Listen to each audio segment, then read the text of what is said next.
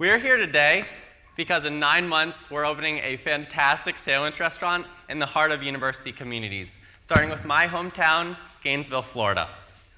But first, think about the last truly great restaurant experience you had. The food was awesome. Every dish, every component of every dish was purposeful, in perfect harmony with the rest. As a professional chef, we've always cared about this level of detail in major US cities. But I call university cities home. And when I'm home, I can't find food with that level of thoughtfulness. And I'm not alone. When you think back to that perfect dining experience, there are other elements involved. One of service. That warmth, that feeling, that moment of connectedness, almost as if the people there knew who you were. At that place, you were not just a customer. You were a guest. But what about what happens in our daily lives? We still crave that feeling. We cross our fingers every day, hoping to make that connection with the person across the counter. But more often than not, we end up feeling disappointed. Chomp solves these problems. Chomp is a full-service sandwich restaurant that's designed explicitly for university guests. First and foremost, it appeals to their tastes. Everything is handmade with attention to detail from the bottom up. So that includes the bread, the condiments, and even the meats that are smoked and cured in-house. And quite frankly, I can say the food is different than anything else that's out there. But more than that, Chomp appeals to their sensibilities.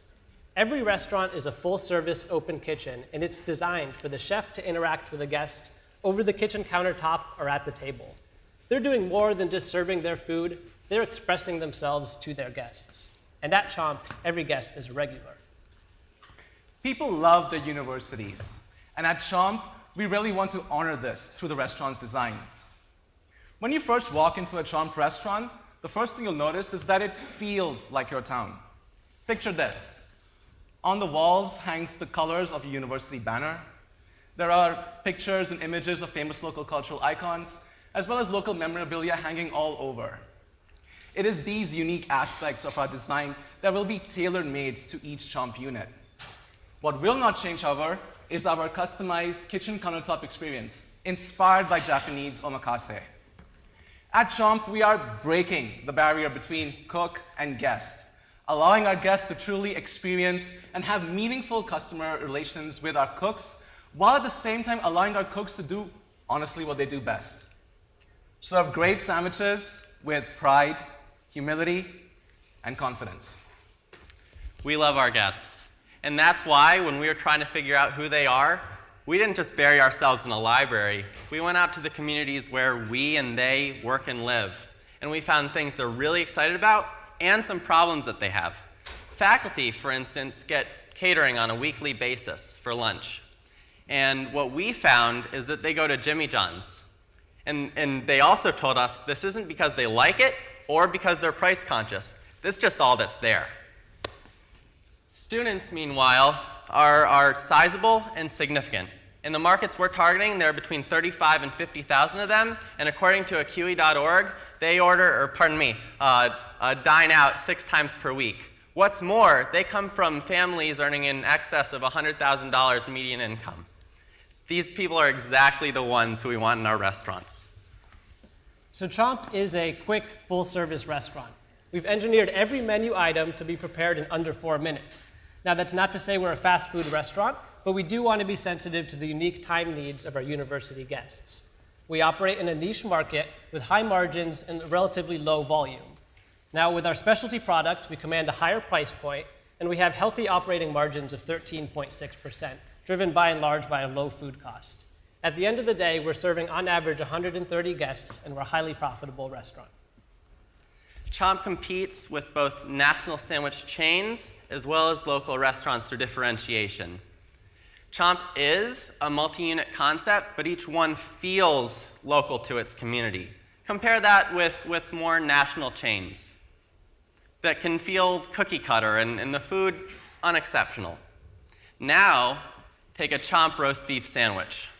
Fresh, homemade bread, cured and slow roasted local beef, and a slathering of homemade mayo spiked with horseradish.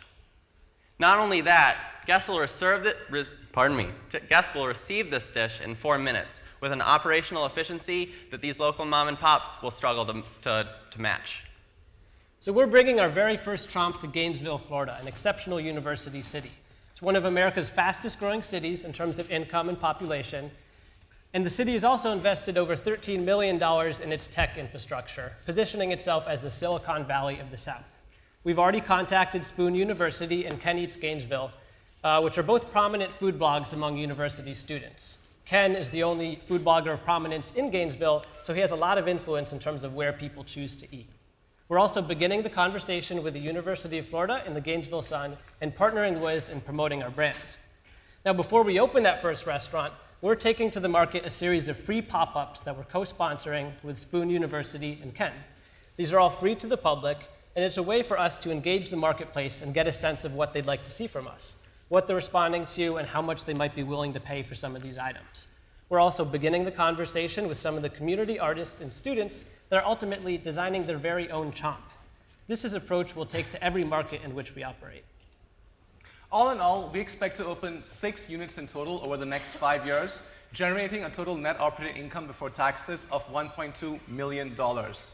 These will be leased properties and company-managed units, as we currently feel that, at the present, our core competency lies in our management. However, having said that, we are working on a standard operating manual to help ease us in opening these new Chomp units, and for us to also consider the possibilities of franchising.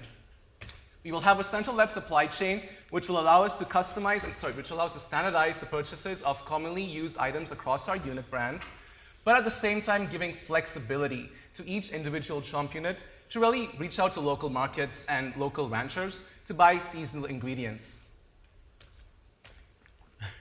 With average checks of $18 and 98 covers required on a daily basis, Chomp is expected to break even annually at just under $650,000. This is actually good for us, as we're expected to get a net operating income before taxes at 13.8% and a cash flow before taxes at 8.2%. We expect our cash flow before taxes to be slightly lower because we do plan on reinvesting most of our savings we do have in the fueling of expansion of our Chomp brand units. This is through bank loans, which we have considered. Our projected cost per unit is $576,000. And I'm very proud to say that at this moment, through friends and family, we have successfully raised the funds to actually open our first unit out in Gainesville. And this is very happy for us. But having said that, if we do receive any additional income, we do want to use that to fuel our growth, as well as help open our pop-ups. Varun, revenue manager by trade and foodie at heart. There's a running joke in our class that Varun is hired and fired based on the comments he makes. But that should really only be understood within the context of his first comment, which held basically everyone to that standard. I'm very lucky and humbled to say that I've hired him for this project. The one thing I can say about Alex is that he's a bit of a perfectionist. But it is exactly that, what you need to actually help drive people to perform better and really just lead by example. If there's ever a person you need to actually open a food and beverage restaurant concept, it'd be him. And now I first met Ben in the beginning of the program. We immediately bonded over our love of food and restaurants, but he set an impression on day one. He was here to build a sandwich shop. Now after working together, I'm happy to say he's leaving and he's building a sandwich restaurant. He has a penchant for food and flavor, and quite frankly, he makes one heck of a sandwich. All things considered, I am a great cook, and I definitely do make mean sandwiches too. But the reason I'm here, and the reason we're here, is to serve the communities we know and love one bun at a time. So with that said, see you soon.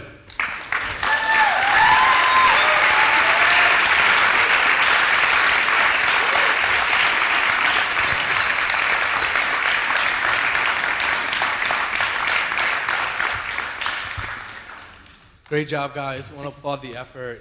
I have a question regarding the check size. So your average check is at $18. I'm not going to ask you if it's too high. I'm going to ask you, what's your plan if you don't achieve that average check size of $18? Great. I can take this one. Sure. So I think it's important to clarify first that the sandwiches themselves are between $10 and $13, And the rest of that is going to be made up with sides, beverages, and most importantly, service. We're very consciously a full-service restaurant. What's more, we went out to the communities where we're opening in, specifically Gainesville, and I checked out the local competition that I think will be especially accurate, or our competitive set, so to speak.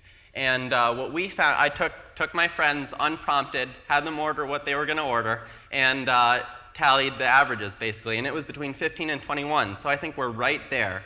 That said, we do have this pop-up where we can get more intel than we even can now, and we feel like we've gotten a lot to really gauge what people might want to pay for this. Oh, oh, sure. Okay, so the plan. So what I might say for that is that our food cost is one of our strongest assets. We're at 23%, which is well below kind of the industry averages for sandwich shops. And so that gives us a lot of leeway in playing with other kind of variable costs that we could drive down if we found out that people might not be willing to pay for it. Most particularly with labor. It's not incidental that we're opening in the South. I mean, we do have personal connections to it, but it's also tax-friendly and labor-friendly. For tipped employees, So for tipped employees, let me you're the guy So here. basically, in case our plan does go different from what we expect, the first thing we'll do is try and curtail all costs that we have. And we have noticed that there are 3 major costs that we can look at. One is our operating costs, one is the occupancy costs, and the third is labor. Now, our concept currently as it stands is built on a full-scale service, but we are moving into pop-ups. So if we do realize at that moment that, yes, the market is not really what we thought it was, we will adapt and continue with our pop-ups, which is why it is so important that we do the pop-ups right. Also, the labor costs in these markets that we're trying to get into, well, they're lower than the Northeast, and we realize that. More importantly, we have built into our model actually flexibility in our labor operations. We're charging them federal minimum wage rates, even though they're tipped employees. And tipped employees, technically, as per the federal government, can start off as anything low as $2.35, if I'm not mistaken. We're still giving at $7.50, and we've built that into it. So in case we do realize that it's not going to be attainable to reach current projected units, we can always scale back our costs. So how do you create a connected experience and still achieve 3 table turns at peak? Great, so maybe I'll try to clarify that a little bit. So 3 turns at peak, is that in reference to the 134 covers on average that we're projecting to serve? The day, or just like in a specific time period? So in the plan, it said that you're projecting 3 turns. Mm-hmm. Correct, that's over the course of the day. Correct. So that's why we're really so proud of this throughput in terms of order fire time. With a projected average meal time of 30 minutes and a service period between, say, 11 and 1 and then 6 and 8, if we're able to do this, I think it's totally feasible that we could get these turns. So what we have done actually is that for our throughput, we wanted to make sure that we're actually able to successfully reach the maximum capacity of our units operations, which is 40 units per service. And we have also designed our labor to be equivalent to that. So what we have done is that for the number of people we wanted to hire for our kitchen staff and for our service staff, they needed to be enough to actually make up for 40 units, just in case we have a rush lunch hour, which I feel is what you're also trying to get at. Because we do realize that during 12 to 1 o'clock and then during 6 to 7 is when we expect most of our guests to really come in and really drive this. He's asking about the connection. How do you build a connection in such a short Oh, So okay. the connection which we'll have, absolutely. So the connection which we'll have is actually twofold, driven both by our chefs in our kitchen countertop areas, as well as through our guests, through our F&B service team members, who will be separate from the actual kitchen staff. We are trying to maximize both our kitchen staff as well as our service team to really give that experience to the customers, so that no one is actually leaves a Chomp unit feeling less satisfied or less, feel like they have less of a service. We wanted both our kitchen staff and our service team to really give this.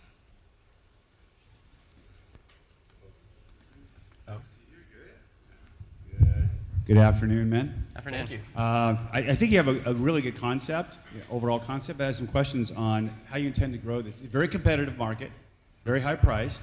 You got to make a lot of money in a very short period of time, and you're going to do it all with debt. So help me understand the debt decision of going forward. Alex, would you like to do this? Ooh, me again. Excellent. So it boils down to these simple things. We have currently based our model with the intention of actually getting $18 average per check, but we also realize that it may not be perfect at this current price point and at this current time, which is why when we are going into these markets, again, we really want to focus on our pop-up concept just to make sure that it's fully ready before we actually open our units.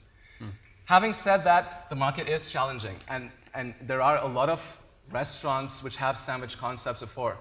But I think what really makes us unique and what makes us different is that in these markets that we're targeting, Gainesville, Tallahassee, units where there really isn't that much of our kind of brand, we can make that impact and make that difference. At this moment also, it's for this reason that we are targeting these university cities, because we truly believe that we do have something unique here, and we want to go and explore it. That's great. So you just answered the question about development and positioning. You didn't answer the question about debt. I'm sorry, what? Debt. Debt? Going forward with all debt. So that was also a very interesting thing we had. We realized that if we were to make that much in cash flows, as we currently do in our model, we could potentially go into reinvesting for future business using all debt.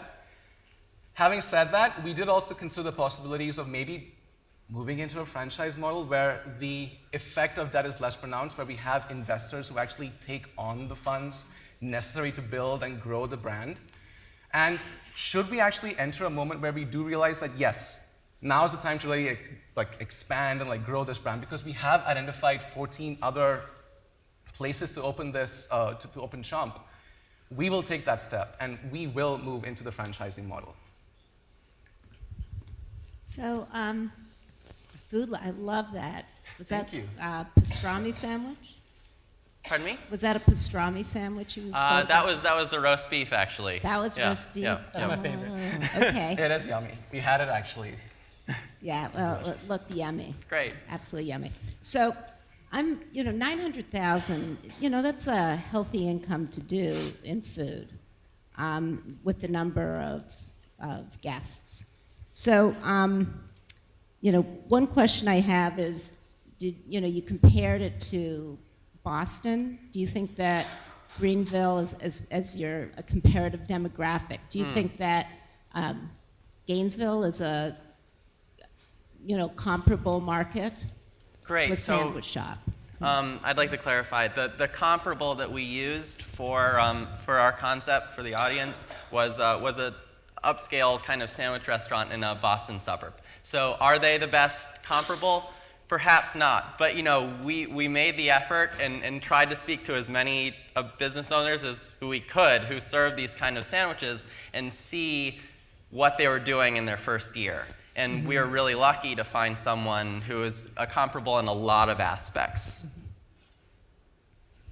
Okay, no plans on alcohol in a college town?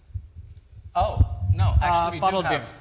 we do have beer and wine actually served and paired with our restaurant. But it's a very small composition of the total contribution.